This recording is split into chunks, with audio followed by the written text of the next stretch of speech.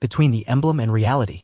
In Morocco, the nation takes pride in its emblem, the lion of the Atlas, a symbol of strength and pride that permeates all aspects of life, from sports to national honor. However, behind this illustrious emblem, realities emerge that expose the challenges faced by the people of Morocco. The inhabitants of the Atlas region and the AMAZIGH people experience a reality vastly different from the beautiful image associated with the lion emblem. From developmental challenges to humanitarian concerns, these individuals grapple with substantial difficulties. Inadequate infrastructure and struggling educational institutions reveal that promises of progress remain elusive for many.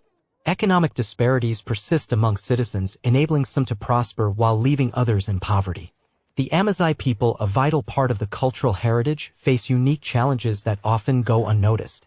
Key challenges include preserving cultural heritage and ensuring sustainable development for local communities. Therefore, it is crucial to shed light on this reality and collectively work towards a future that is more inclusive and just for all members of the Moroccan society.